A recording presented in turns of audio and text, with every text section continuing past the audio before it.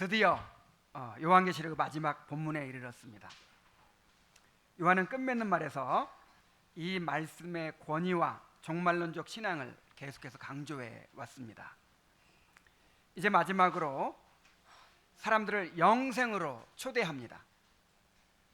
그리고 이 말씀을 왜곡하지 말도록 경고하며 주님의 신속한 재림을 다시 한번 약속한 후에 강복 선언을 함으로써 대단원의 막을 내립니다.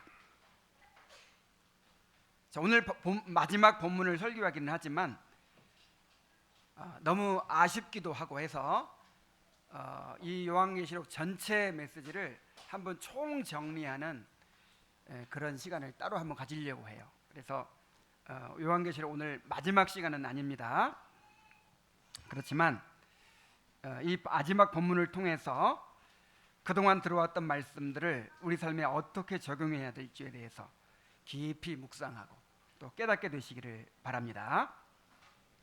자, 오늘 네 가지 주제, 네 가지 독립된 주제가 있어요. 이 네 가지 주제를 한 가지씩 살펴봅니다. 먼저 거룩한 초청이 있습니다. 요한계시록의 말씀을 다 증거하고 나서 이제 우리를 향해서, 이 세상을 향해서 초청을 합니다.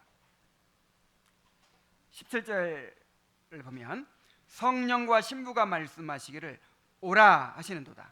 듣는 자도 오라 할 것이요 목마른 자도 올 것이요 또 원하는 자는 값없이 생명수를 받으라 하시더라.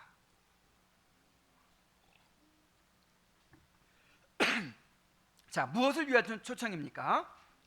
생명수를 받으라는 초청입니다. 자, 생명수가 무엇이죠? 주님 안에 있는 영생을 의미하죠. 거룩한 성 새 예루살렘에서 하나님과 함께 살면서 영원한 복락을 누리도록 초청하는 것입니다. 자, 우리는 그동안 요한계시록을 통해서 짐승을 경배하는 자들이 어떠한 심판을 받게 되는지를 보았습니다. 또한 고난 가운데서 믿음을 지킨 성도들이 장차 누리게 될 영광과 행복이 얼마나 놀라운 것인지를 보았습니다. 그러므로 이제 어떤 길을 택할 것인지, 영원한 멸망이냐 영원한 생명이냐 선택하고 결단하라는 것입니다. 초청하는 주체가 누구입니까?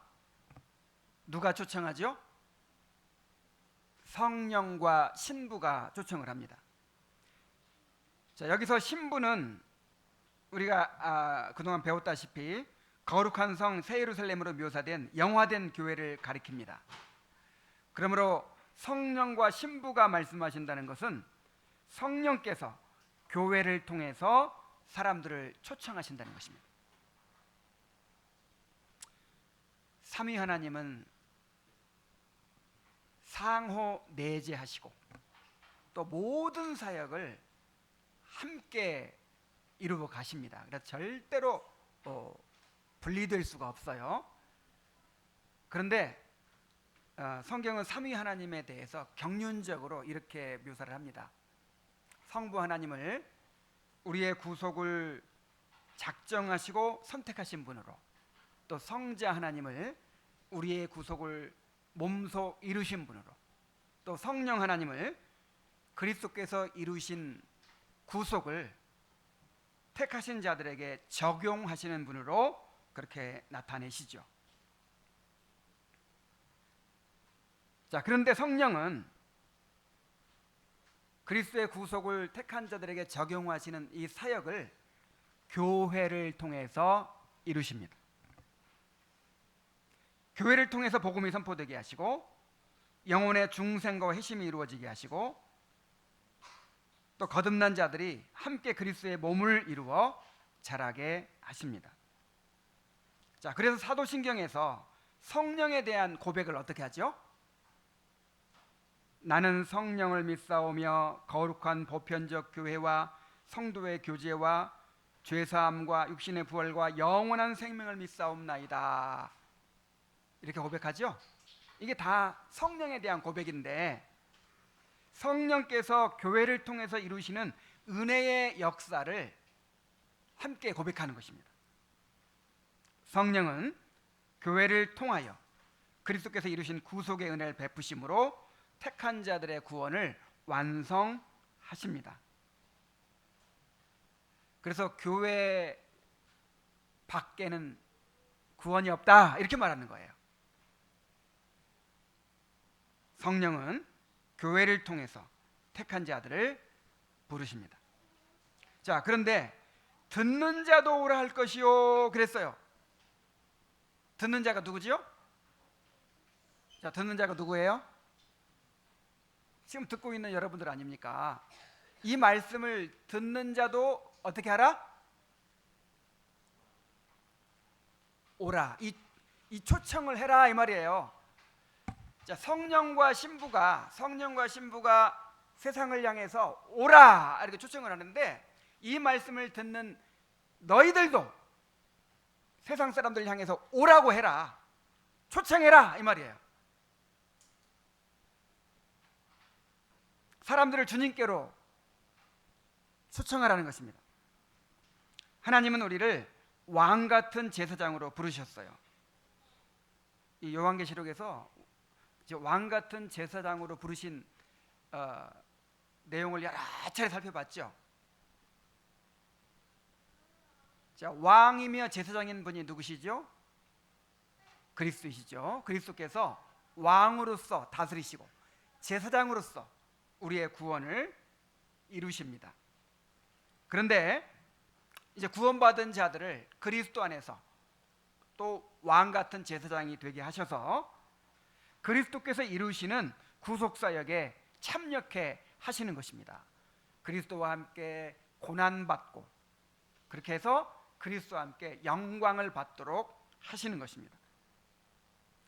구속의 은혜를 경험한 사람들은 그 은혜의 영광이 온 세상에 알려져서 그리스도께서 찬양받으시고 그의 통치가 확장되기를 원하는 간절한 소원을 가지고 있어요.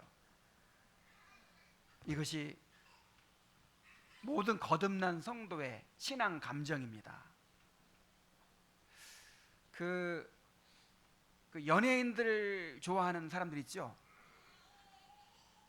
제가 아는 어떤 분이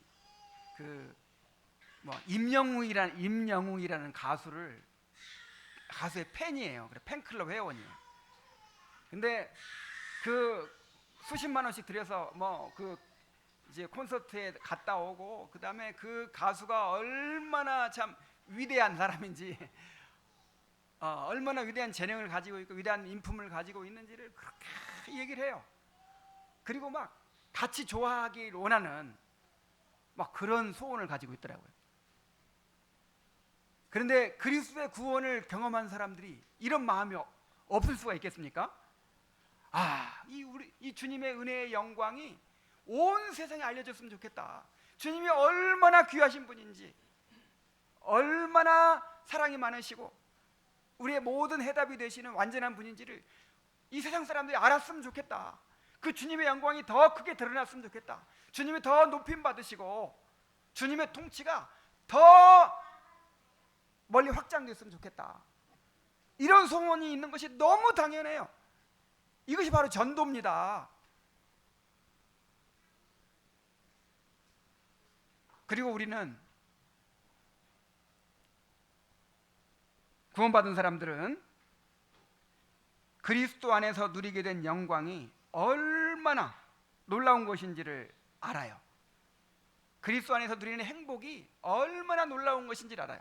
그리고 그리스도가 없는 사람들이 처한 그 비참하고 끔찍한 운명을 알아요. 그래서 사람들을 바라볼 때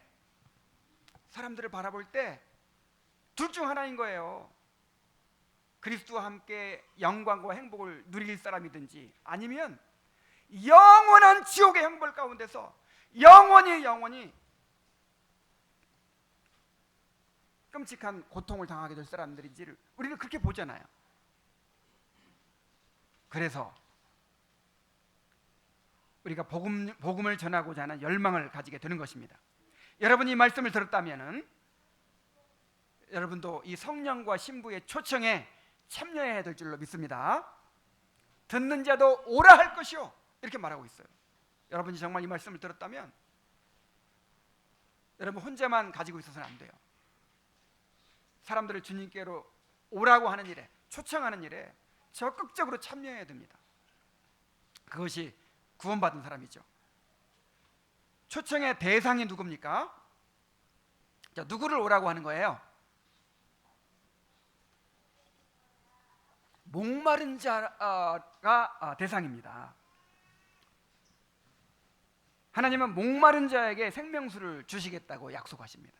그래서 목마른 자는 오라, 이렇게 말하는 거예요.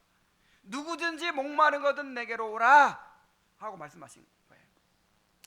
이사야 55장 1절에 보면 오라 너희 모든 목마른 자들아 물로 나오라 돈 없는 자도 오라 너희는 와서 사 먹되 돈 없이 값 없이 와서 포도주와 젖을 사라. 이사야 44장 3절에 오면 나는 목마른 자에게 물을 주며, 누구에게 물을 준다고 했어요? 목마른 자에게 마른 땅에 시내가 흐르게 하며 나의 영을 내 자손에게 나의 복을 내 후손에게 부어주리라고 했습니다. 예수님은 요한복음 7장 37절로 38절에서 누구든지 목마르거든 내게로 와서 마시라 나를 믿는 자는 성경의 이름과 같이 그 배에서 생수의 강이 흘러나오리라 하셨어요. 생명수는 목마른 자에게 허락된 것입니다. 주님은 아무나 초대하지 않아요. 목마른 자에게 오라고 하십니다. 목마른 자가 누굽니까? 자신이 처해 있는 죄와 비참의 상태를 깨닫고 하나님의 구원을 갈망하는 사람이 바로 목마른 자입니다. 아직 말씀을 듣지 못해가지고 구체적으로 알지 못해도 뭔가 자기 자신에게서 또 세상으로부터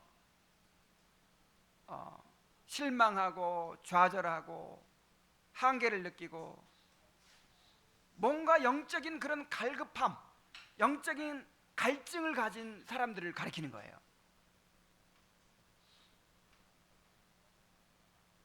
이렇게 영적인 목마름을 가진 사람들이야말로 정말 행복한 사람들입니다.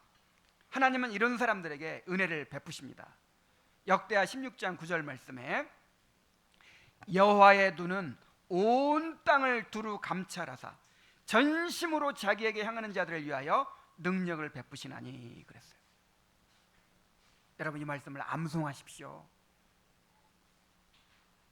지금 하나님께서 온 땅을 두루 감찰하시면서 어떤 사람을 찾고 계세요. 자, 누구를 찾고 계십니까?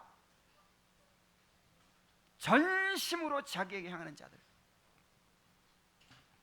나는 이 세상에 대해 소망이 없다. 나는 더 이상 나 자신에 대해서 이제 더 이상 소망이 없다. 이제는 오직 하나님만이 나의 소망이시다. 이렇게 생각하고 하나님께 간절히 은혜를 구하는 사람들, 이런 사람들이 어디에 있는가 찾고 계세요. 여러분, 저는 목사로서 정말 그런 사람이 어디 있다면 천리길이라도 찾아갈 것 같아요. 정말 그런 사람 하나 만나면 소중한 귀중한 보물을 발견하는 것처럼 그렇게 반갑고 행복할 수가 없어요. 여러분, 이런 사람이 도대체 어디에 있습니까?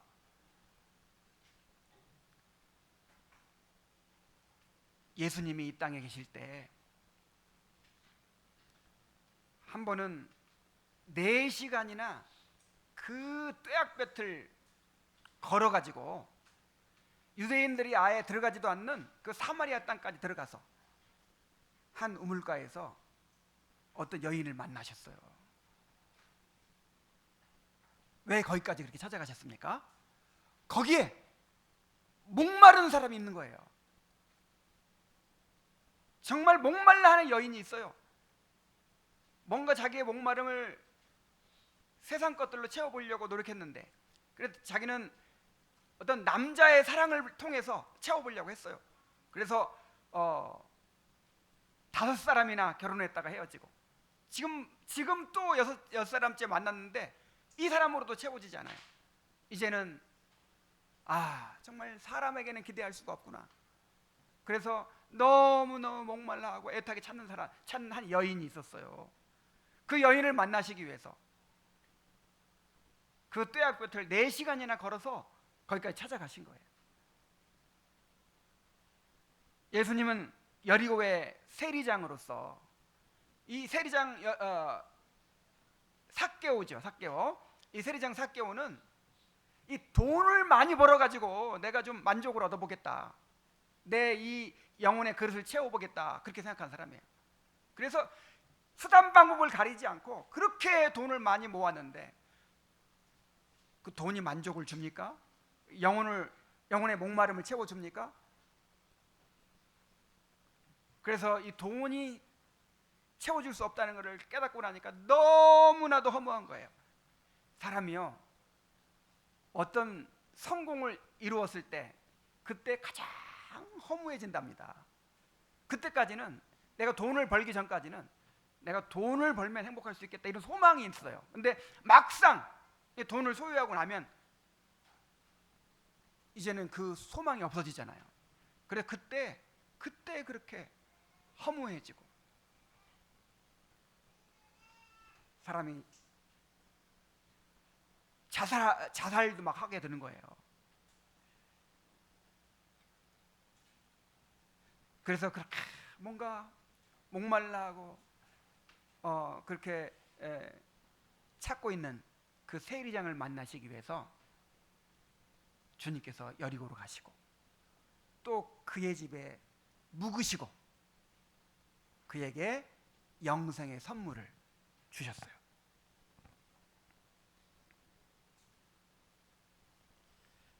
사도행전에서 에디오피아의 내시가 예루살렘에 예배하러 갔다가 돌아가면서 성경을 읽고 있었죠.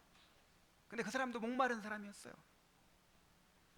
그 유대인의 뭔가 하나님을 목말라 가지고 유대교를 개종까지 했어요. 아프리카에 사는 사람이 유대교를 개종해 가지고 그렇게 유대인의 절기에 참여하기도 하는데, 거기서 뭔가 그 종교적인 행위로 만족이 없는 거예요. 영혼이 채워지지 않는 거예요. 성경을 읽으면서 돌아올 때도 성경을 읽으면서 돌아와요. 정말 이 말씀이 어떤 의미일까? 그 한 사람을 위해서 사마리아의 대부흥이 일어나 가지고 막 눈코 뜰 새 없이 바쁜 그 빌립을 그 광야 길로 보내신 거예요, 하나님이. 그래서 말씀을 듣게 하시고 세례를 받게 하셨어요.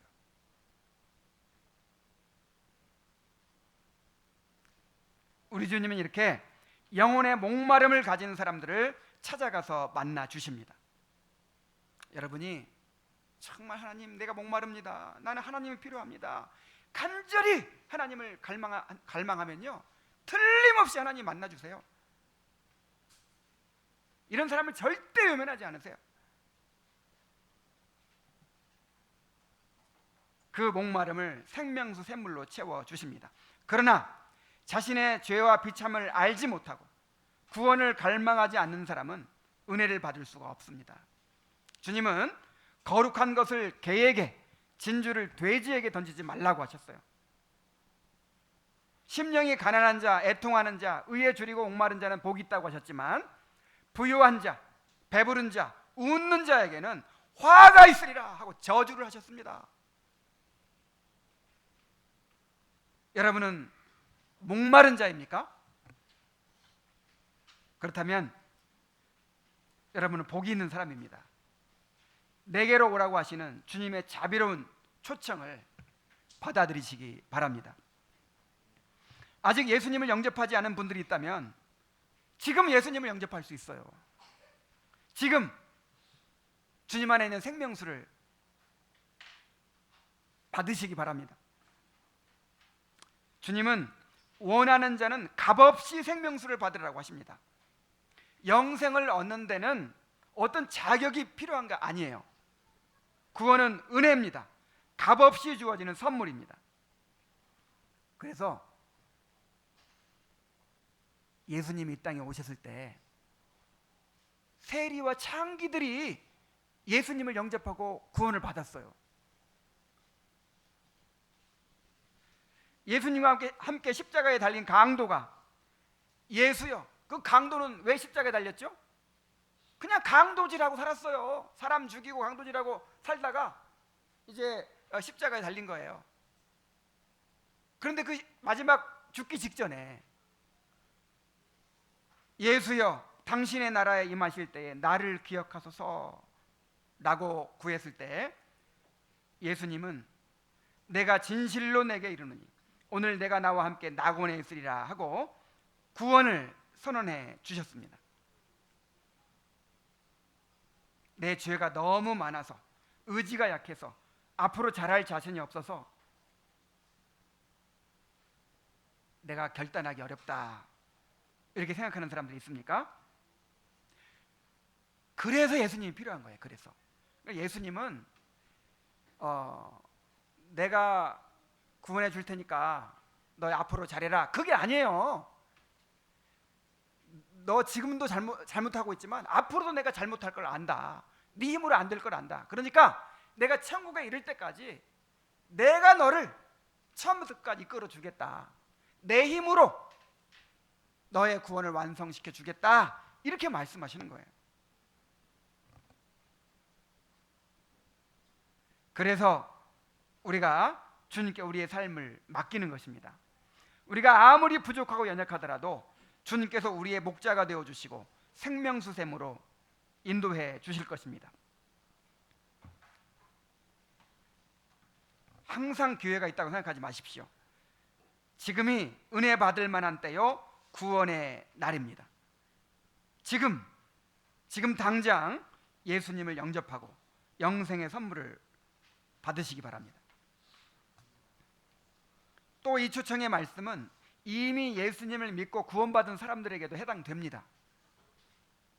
자, 회심한 사람들도 때때로 바른 길을 벗어나서 방황할 때가 있습니다. 주님을 따르기 위해 당하는 고난과 희생을 피하고자 해서 혹은 음녀 바벨론이 제공하는 이 세상의 즐거움에 빠져서 일시적으로 신앙을 타협하게 될 수 있습니다. 그러나 구원받은 성도라면 절대로 그런 삶에 만족할 수 없을 것입니다. 더 이상 오염된 물을 마시면서 오염된 웅덩이 물을 마시면서 괴로워하지 말고 돌이켜 생수의 근원이 되시는 주님께로 나와야 합니다. 거듭난 성도는 주님 안에 있는 생수를 마셔야만 행복할 수 있어요. 그래서 여러분 회심은 반복된다는 말 들었죠? 물론 첫 번째 회심을 통해서 영원히 그가 이제 구원받은 사람으로서 이제 주님께 맡겨지지만 그러나 우리가 살아가면서 계속해서 회개하고 돌이키는 일이 있어야 됩니다. 이 요한계시록의 말씀을 잘 들었다면 모두가 다 회개하게 되기를 바랍니다. 주님께로 돌이켜서 그 생수를 사모하고 받으시게 되기를 바랍니다. 자, 이제 초청에 이어서 이 예언의 말씀에 대한 경고가 있습니다. 요한은 이 기록을 마치면서 다시 한번 이 말씀의 권위를 강조합니다. 18절 19절 보면요, 내가 이 두루마리의 예언의 말씀을 듣는 모든 사람에게 증언하노니 만일 누구든지 이것들 외에 더하면 하나님이 이 두루마리에 기록된 재앙들을 그에게 더하실 것이요 만일 누구든지 이 두루마리의 예언의 말씀에서 제하여 버리면 하나님이 그 두루마리에 기록된 생명나무와 및 거룩한 성의 참여함을 제하여 버리시리라 그랬습니다. 정말 두려운 경고예요. 만일 이 말씀에 뭔가를 더하면 이 말씀에 기록된 모든 재앙을 그에게 더하실 것이다. 만약 이 말씀 가운데서 어떤 부분을 제하여 버리면 그 사람에게 이 두루마리에 기록된 생명나무와 거룩한 성에서 제하여 버리겠다라고 하시는 것입니다. 그러니까 이 말씀을 하나님께 주신 그대로 받아야지, 만약에 여기다가 조금이라도 더하거나 조금이라도 빼거나 이렇게 왜곡시키면, 내 마음대로 내 생각을 덧붙이면 그 사람은 영원히 멸망할 것이다, 절대로 천국에 들어가지 못할 것이다, 이렇게 경고하시는 거예요.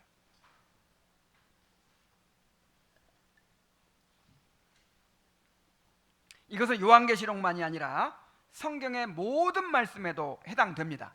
신명기 4장 2절에 보면 내가 너희에게 명하는 말을 너희는 가감하지 말고 그랬죠? 가감이 뭐예요? 더하거나 빼는 거죠. 이 말씀에 더하거나 빼지 말아라.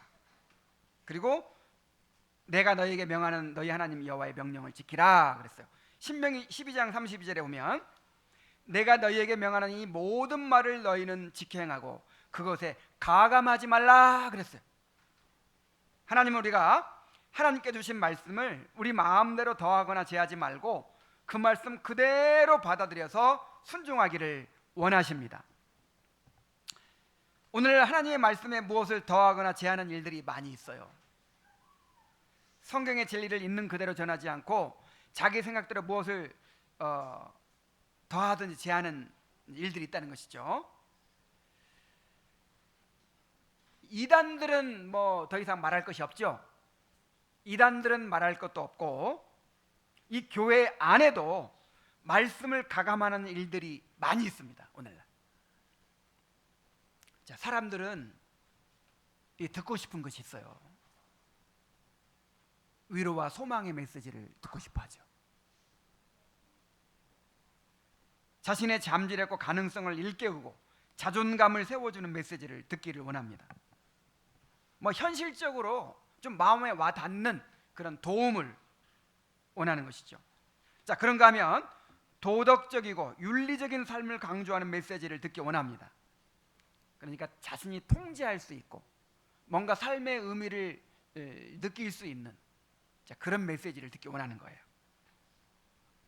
그러나 죄를 드러내고 책망하는 메시지, 회심과 중생과 성화에 대한 메시지, 권위와 질서에 대한 메시지, 성령과 영적 부흥에 대한 메시지, 종말과 재림, 천국과 지옥에 대한 메시지는 부담스러워요. 그런 말씀을 들으면요, 이거 성경 말씀이니까 정말 옳은 말씀이긴 한데 부담스럽고 불편하고 무거워요. 왜 그렇죠? 이거는 내 영역을 벗어난 일이거든요. 내 영역을 벗어난 일이고 또 나를 포기할 것을 요구해요. 계속해서 우리가 모두가 다 나에 대해서 좋은 느낌을 갖고 싶거든요. 내가 좋은 사람이라는 느낌, 내가 그래도 잘하고 있다, 뭔가 이런 느낌을 갖고 싶은데 나를 형편없는 죄인으로 완전히 정죄하고 나를 완전히 포기하게 만드는 거예요. 오늘날 이런 메시지를 좋아하는 사람이 누가 있겠어요?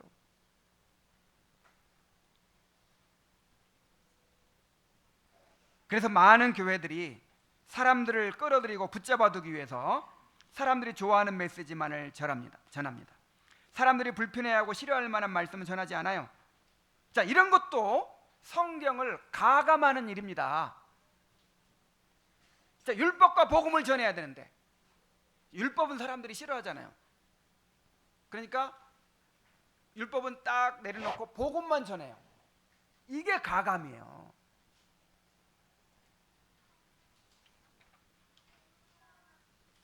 자, 이렇게 성경을 자기 생각대로 더하거나 제하면 어떻게 되겠습니까?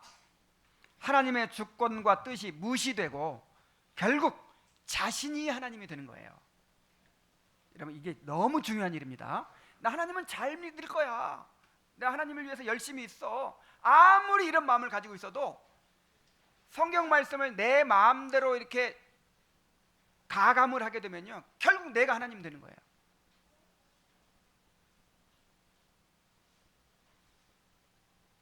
사탄의 공격은 언제나 하나님의 말씀의 권위를 무너뜨리는 것으로 시작됩니다. 인간의 뜻대로 그 말씀에 무엇을 더하거나 제약함으로써 자기의 목적을 성취합니다. 자, 에덴 동산에서 사탄이 맨 처음에 어떻게 했죠?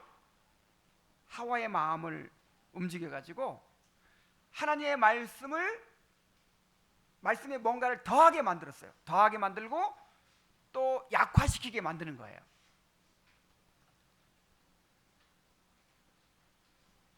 자, 그것으로부터 시작돼 가지고 하와가 사탄의 말에 미혹이 되어 버렸습니다.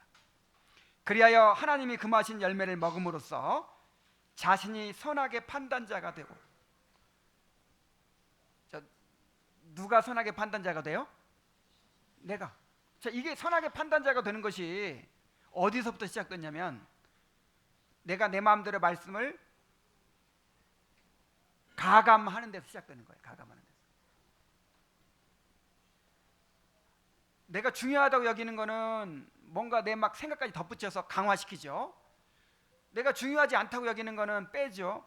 자, 그걸 누가 해요? 누가? 내가 하잖아요. 내가. 그러니까 내가 하나님의 말씀의 판단자가 돼버리고 내가 선악의 판단자가 돼버리는 거예요. 결국 내가 하나님이 되는 거예요. 그래서 하나님의 말씀을 있는 그대로 받아들이고 있는 그대로 순종하는 것이 너무 중요합니다. 우리가 하나님의 말씀에 이렇게 굳게 서 있지 않으면 사탄의 시험을 이겨낼 수가 없어요. 자, 요한계시록을 끝내면서 이렇게 하나님의 말씀의 권위에 대해서 왜 이렇게 반복해서 강조할까? 여러분 잘 생각하셔야 돼요. 이 성경 말씀을 얼마나 열심히 공부하고 막 알고 뭐 열심을 내고 이게 중요한 게 아니에요. 아무리 성경 말씀을 많이 알고 많이 공부하고 해도 결국 내 마음에 안 맞는 말씀은 딱 제쳐둬 버리면 아무 소용이 없어지는 거예요. 내가 죽는 길이라 하더라도 하나님께서 무엇을 말씀하셨든지 그대로 받아들여야만 하나님이 하나님 되시고 내가 그의 종이 될 수 있는 거예요.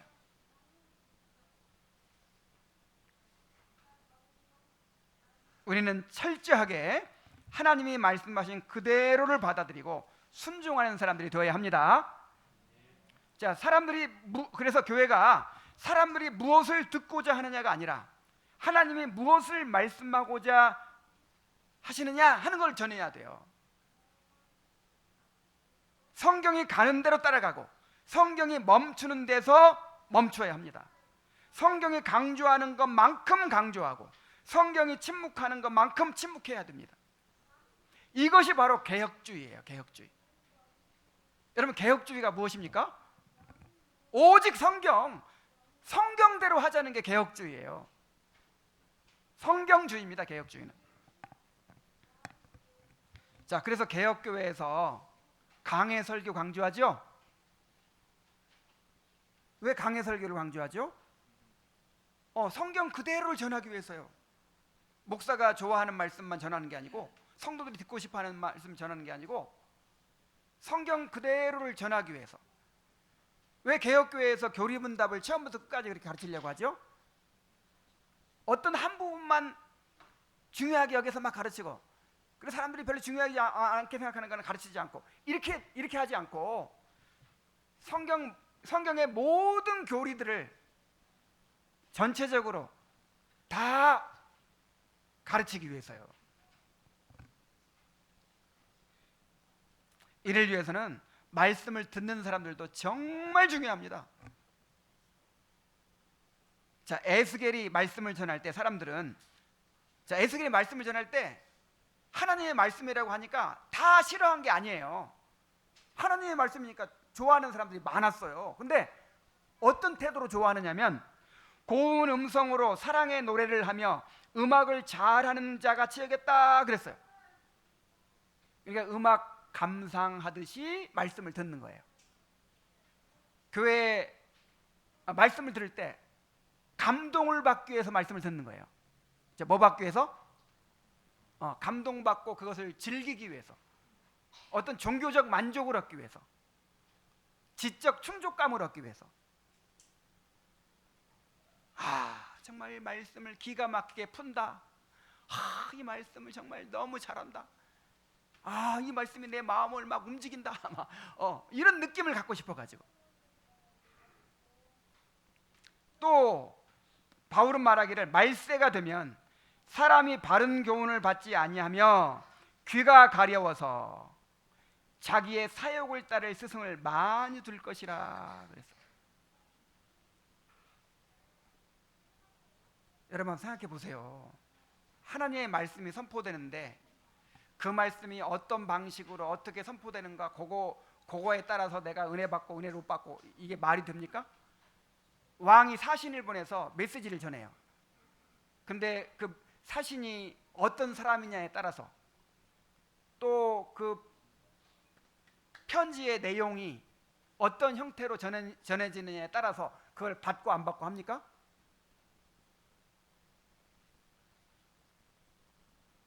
자, 오늘날 사람들은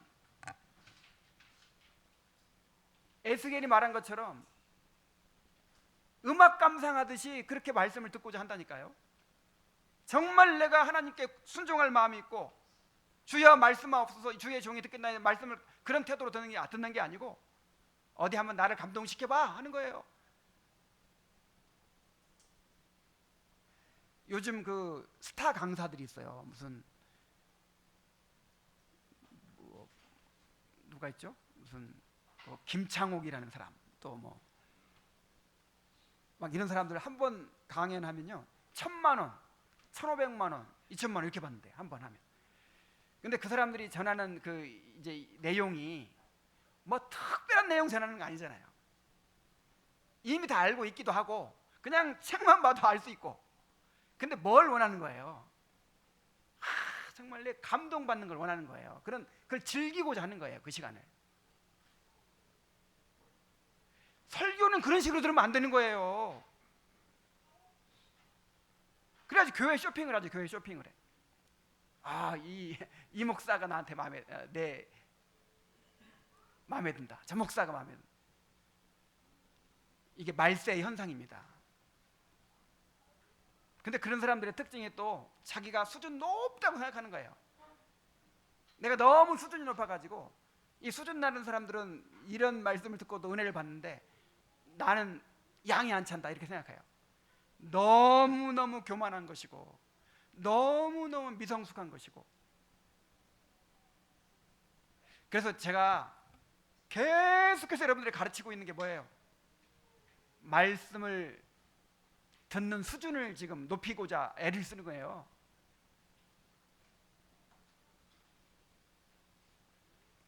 이 말씀을 경청하는 수준, 이것이 바로 영적 성숙의 수준이에요.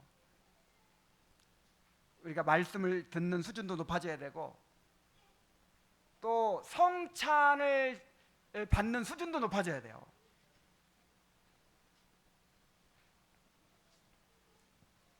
그래서 내가 원하는 말씀은 이건 하나님의 말씀이라고 듣고, 내가 원하지 않는 말씀, 그런 거는 그냥 이건 하나님의 말씀이 아닌 것처럼 제쳐버리고, 이게 가감하는 거예요. 이게.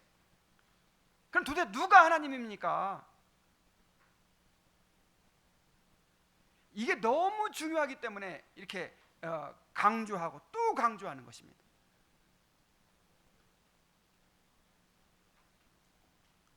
하나님께서 어떤 말씀을 하시든지 그냥 주도권을 내가 갖고 있으면 안 돼요.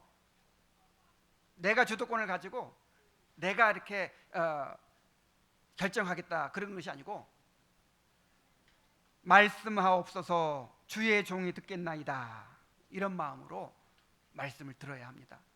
어떤 말씀이 전해지든지 은혜를 받는 사람이 돼야 돼요.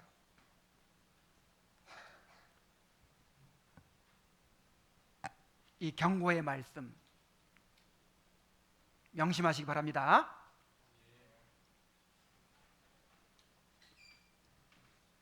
자, 이제 다음으로 다시 한번 신속한 재림을 약속하십니다. 내가 속히 오리라. 오리라고 말씀하시죠. 20장에 보면 20절에 보면 이것들을 증언하시니가 이르시되 내가 진실로 속히 오리라. 자, 6절부터 21절까지의 끝맺는 말에서만 내가 속히 오리라는 말씀을 3번이나 반복하세요. 3번이나. 자, 이렇게 내가 진실로 속히 오겠다 이 말씀을 이렇게 3번이나 이 짧은 문단 안에서 강조하고 계시는 것을 우리가 잘 들어야 돼요. 그 의도를 잘 들어야 돼요. 이 말씀을 하신 때로부터 2000년이 지난 지금까지도 아직 예수님 오시지 않았는데 그렇게 속히 오신다는 말을 자주 하셨을까? 자, 다시 한번 말씀을 드리면 이 말씀은 그리스도께서 재림으로 절정에 이르게 될 마지막 구속의 역사를 지체하지 않고 조속히 실행하실 것이라는 말씀입니다. 자, 요한이 이 예언의 말씀을 받았을 때 이미 종말이 시작되었고 종말의 사건들이 이루어지기 시작을 했어요. 예수님이 말씀하셨던 재림의 징조들이 다 나타나고 있었습니다. 그래서 그때로부터 예수님이 언제든 오실 수 있는 상황이 된 거예요. 자, 바울 사도는 언제 예수님 오실 줄 알았죠? 그때, 그 시대에. 요한도 그 시대에 오실 줄 알았어요. 이것은 초대교인들뿐만 아니라 이 교회사에 경건한 모든 사람들이 그렇게 생각을 했어요. 루터 칼빈도, 청교도들도, 조나단 에드워즈도 자기들의 시대가 이제 마지막 시대라고 생각했어요.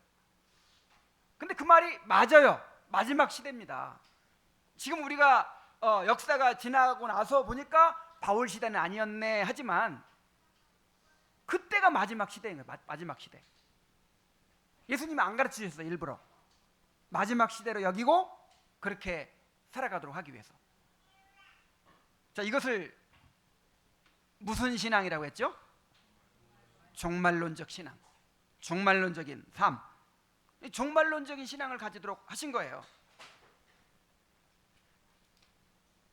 내가 진실로 속히 오리라 이렇게 예수님께서 3번이나 반복해서 말씀하시니까 요한이 어떻게 대답합니까? 아멘, 주 예수여 오시옵소서. 우리 한번 따라해 봅시다. 아멘, 주 예수여 오시옵소서. 자, 주 예수여 오시옵소서가 헬라어로 하면 에르쿠 퀴리에 예수스입니다. 여기서 앞에 에르쿠 퀴리에가 이 주여 오시옵소서가 당시 유대인들이 사용하던 아람어로 하면 마라나타가 되는 거예요. 자, 이 마라나타라는 말이 성경에 있나요? 고린도전서 16장 22절에 나옵니다. 만일 누구든지 주를 사랑하지 아니하면 저주를 받을지어다. 우리 주여 오시옵소서. 주여 오시옵소서. 이게 마라나다인데 이 아람어를 헬라어로 음역을 한 거예요. 자, 이 말이 초대교회 성도들에게는 가장 중요한 기도였고 서로에게 전하는 위로였고 격려였습니다. 서로 주고받는 인사였어요. 이 말이 주여 오시옵소서. 마라나타. 당시 성도들의 삶을 생각해 보십시오. 그들은 황제 숭배의 압력 속에서 사람들에게 배척을 당하고 경제적인 어려움을 겪고 심지어 생명의 위협을 느끼며 살아야 했습니다. 여기에 적당히 타협하면서 고난을 면하도록 미혹하는 거짓 교사들이 있었습니다. 그리고 그들은 우상 숭배와 음행과 쾌락의 유혹에 언제라도 쉽게 빠질 수 있는 극도로 타락한 환경 속에서 살았어요. 그러니까 지금은 뭐 이렇게 예를 들어서 음행에 빠진다든지 그러면 세상 사람들도 나쁘다고 하죠. 근데 그 로마 시대에는 아예 그냥 음행을 장려하는 거예요. 나라에서 그 축제 때 우상의 신전에서 먹고 마시고 그렇게 음행을 거기 신전의 창기들과 음행을 벌이는 것 자체가 하나의 종교 의식이에요. 그러니 얼마나 죄악에 빠지기 쉬운 상황이었겠어요. 그런 상황에서 어떻게 그들이 신앙을 지킬 수 있었겠습니까? 그것은 바로 재림의 소망에 있었어요.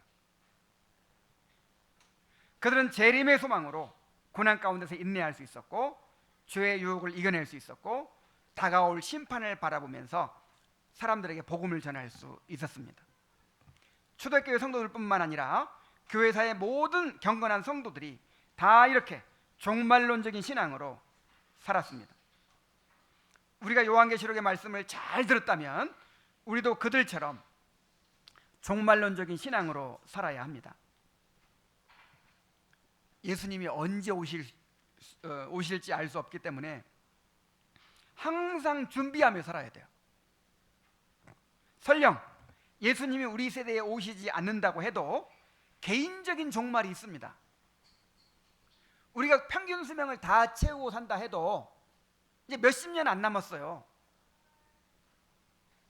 정말이에요. 몇십 년 안 남았다니까요.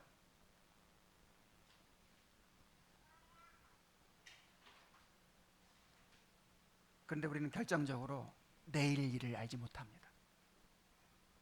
하나님이 언제 우리를 부르실지 알 수 없어요. 참 사람은요 정말 신기한 존재예요. 몇십 년 후에 반드시 죽거든요. 여러분 죽어요 안 죽어요? 죽어요. 몇십 년 안 남았어요. 그냥 평균 수명대로 다 살아도 몇십 년 안 남았어요. 반드시 죽어요. 죽어도 갑자기 죽는 게 아니고 늙어가는 과정을 거칠 것이고, 완전히 노쇠해져 가지고 온갖 질병을 앓다가 죽게 될 거예요. 이것은 틀림없는 사실이잖아요. 그런데 그걸 인식을 안 해요. 안 하고 살아요. 그리고 내일 일을 알 수 없기 때문에 내가 언제 죽을지 모르거든요. 이 죽음은 남의 일이 아니에요. 그래서 만약에 우리가 이렇게 몇십 년 후에 반드시 죽을 것이고, 또 언제 내가 죽을지 알 수 없다, 이런 것이 사실이라면 항상 죽음을 의식하고 살아야 되거든요. 근데 내가 죽음은 남의 일인 것처럼, 나는 죽지 않을 것처럼 그렇게 여기고 살아요. 이게 결정적인 교만의 증거입니다. 이게 나를 피조물로 여기지 않고, 이게 내가 하나님께 오늘 하루의 호흡까지 절대적으로 의존된 존재라는 생각을 잊어버리고 살기 때문에 죽음을 의식하지 않는 거예요.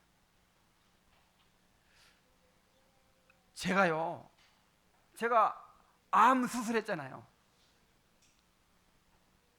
그런데도 가끔 가다가 나도 참 어지간하다 그런 생각을 해요. 암 수술하고 또 재발할 수도 있어요. 언제. 그런데도 죽음이 남의 일처럼 여겨지는 거예요. 나는 다른 암 환자들하고는 다르다고 생각해요. 은연중에 나는 다르다. 나는 그래도 건강할 것이다. 나는 오래 살 것이다. 은연중에 이런 생각으로 살고 있더라니까요. 근데 이것이 교만의 증거라는 거예요. 너무 교만해요. 너무 교만해가지고 내가 죽는다는 걸 생각 안 하고 살아요.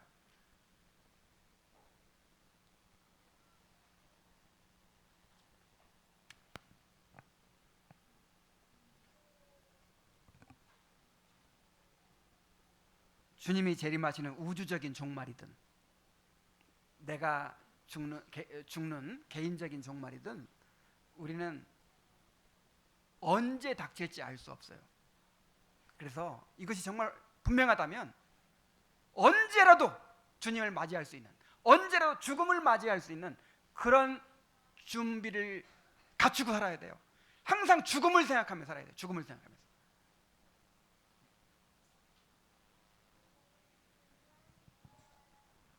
예수님은 주기도문을 가르치시면서 나라가 임하시오며 라고 기도하라고 하셨어요. 여러분 그 기도 맨날 합니까? 주님의 나라가 임하게 해주시옵소서. 어서 빨리 임하게 해주시옵소서. 주여 어서 빨리 오시옵소서. 이것이 우리의 기도가 되어야 한단 말이에요. 이런 마음으로, 이렇게 기도하는 마음으로 하루하루를 살아가야 한다는 것입니다. 이것이 종말론적인 신앙이에요. 정말 우리가 요한계시록을 마치면서 이거 못 배우면요, 이거 뭐 지식적으로 아는 거 아무 소용 없어요. 요한계시록을 통해 그렇게 하나님께서 지금 심판하고 계시고 주님께서 속히 오신다고 말씀하시고 막 종말론적인 신앙으로 살라고 이렇게 가르치셨는데 전혀 마음이 변하지 않고 죽음을 생각하지 않고 종말을 생각하지 않고 그렇게 안일하게 살아간다면 이 말씀 배운 것이 다 헛된 것이 되고 말 것입니다. 정말 종말론적인 신앙으로 살아가게 되길 바랍니다. 이제 마지막으로 강복선언이 있습니다. 예언서이면서 아시아의 7교회에 보내는 편지이기도 한 요한계시록은 신약 성경의 다른 서신들과 마찬가지로 강복선언으로 마칩니다. 21절, 주 예수의 은혜가 모든 자들에게 있을지어다. 아멘. 자, 이것은 결코 형식적인 인사가 아니에요. 지금까지 주님의 말씀을 선포해온 사도가 마지막으로 주님의 복을 선포한 것입니다.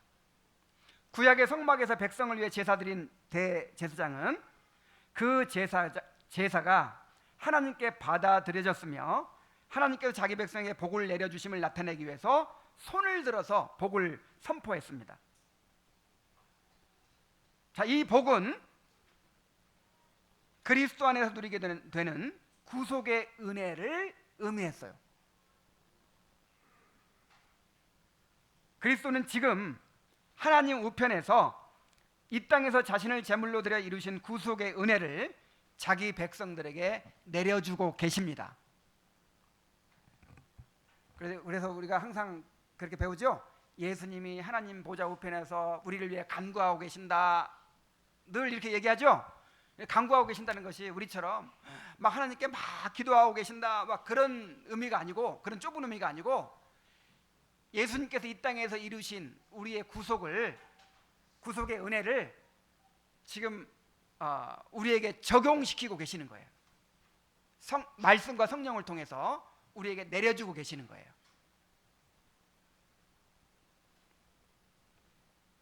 그래서 서신서에 기록된 강복 선언은 바로 이런 의미를 담고 있습니다.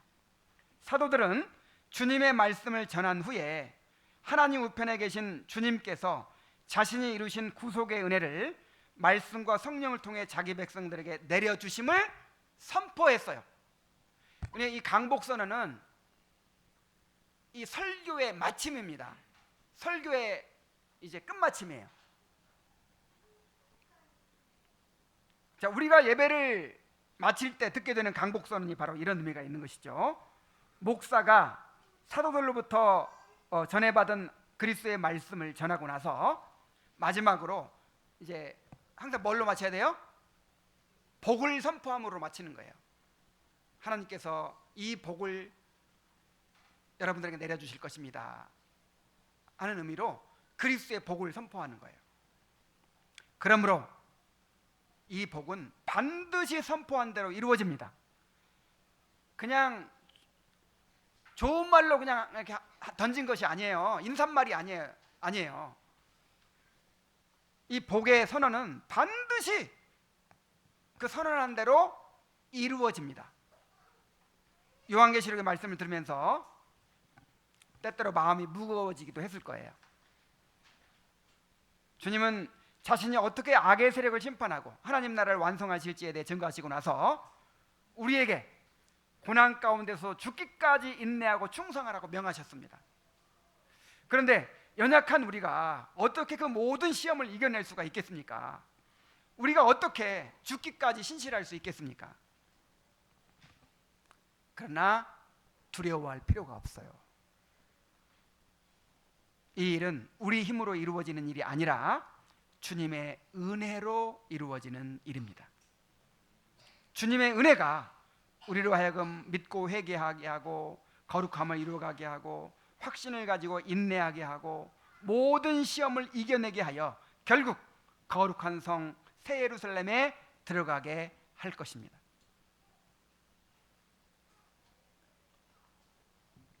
저는 이런 말씀 읽을 때마다 항상 그 첼로 역정 2부가 생각나요. 첼로 역정 2부에서는 그 연약한 여자들이 순례의 길을 가죠. 그리고 거기에 누가 섞여 있냐면 작은 믿음도 있잖아요. 작은 믿음. 그래서 그 1부에 나오는 크리스찬과 소망과 믿음과 이런 쟁쟁한 사람들이 막 그렇게 죽기 살기로 막 싸우고 그냥 시험을 이겨내고 막 그렇게 겨우 그냥 천국에 간 것처럼 보이잖아요. 근데 이 연약한 여자들이 어떻게 가겠어요? 근데 나중에 2부에 보니까 어때요? 너무 쉽게 가는 거예요. 너무 쉽게. 그 죽음의 강도 그냥 크리스찬은 겨우겨우 건넜는데 막 너무 그냥 쉽게 건너버려요. 은혜에 달려 있어요. 자, 뭐에 달려 있어요? 은혜에 달려 있어요. 주님의 은혜가 우리를 거룩한 성 새 예루살렘으로 인도할 것입니다. 그러므로 은혜를 주실 하나님을 믿고 의지하시기 바랍니다. 교회에 허락하신 은혜의 수단을 통해서 끊임없이 은혜를 공급받아야 합니다. 그리스도 예수 안에는 은혜 가운데서 강해져야 됩니다. 주님이 약속하신 대로 주님은 세상 끝날까지 우리와 함께하고 계시며 말씀과 성령으로 은혜를 베풀어 주실 것입니다. 이 말씀을 듣고 순종하고자 하는 성도들에게 주 예수의 은혜가 영원히 함께할 것입니다. 주님이 승천하실 때 어떤 모습으로 승천하셨죠? 기억납니까? 두 손을 들어서 제자들을 축복하시면서 하늘로 둥둥둥둥 떠올라가셨어요. 자, 왜 이런 모습으로 승천하셨을까요? 내가 이 땅에서 너희들의 구속을 다 이루었는데 내가 하늘에 올라가면 하늘에서 그 구속의 은혜를 너희들을 향해서 다 내려주겠다. 내가 너희들을 책임져 주겠다. 이런 의미로. 그래서 지금 우리가 어떻게 확신할 수 있습니까? 지금 하나님 보좌 우편에서 두 손을 들어 우리에게 복을 내려주고 계십니다. 이 은혜를 의지하시기 바랍니다. 이 은혜를 의지하여서 어떤 시험과 환난 가운데서도 낙심하지 말고 이 은혜로 말미암아 승리하는 성도들이 되시길 바랍니다. 기도하겠습니다. 하나님 아버지, 주님의 은혜에 감사드립니다. 이 요한계시록 22장까지의 말씀을 처음부터 끝까지 93회에 걸쳐서 마치게 해주신 것을 감사드립니다. 참으로 하나님의 은혜가 아니었으면 이 일이 어떻게 가능할 수 있었겠습니까? 주님께서 이 말씀이 선포되게 하시고 또 듣게 하신 것은 우리에게 주신 큰 은혜였습니다. 이 말씀대로 이루어 주시옵소서. 이제 우리가 이 말씀을 조금이라도 더하거나 빼지 말고 그대로 받아들여서 이 말씀을 따라 살게 하여 주옵소서. 이 말씀을 따라 우리의 믿음을 지키게 하시고 종말론적인 신앙으로 살아가게 하여 주시옵소서. 하나님 아버지, 이 말씀을 들은 우리 성도들이 하나님의 은혜로 순종하면서 참으로 모든 시험을 이겨내고 거룩한 성 새 예루살렘의 시민이 되게 하여 주시옵소서. 이 다음 시리즈도 주님께서 예비해 주시고 우리에게 꼭 필요한 말씀, 우리가 들어야 할 말씀을 듣게 하여 주시옵소서. 예수님의 이름으로 기도하옵나이다. 아멘.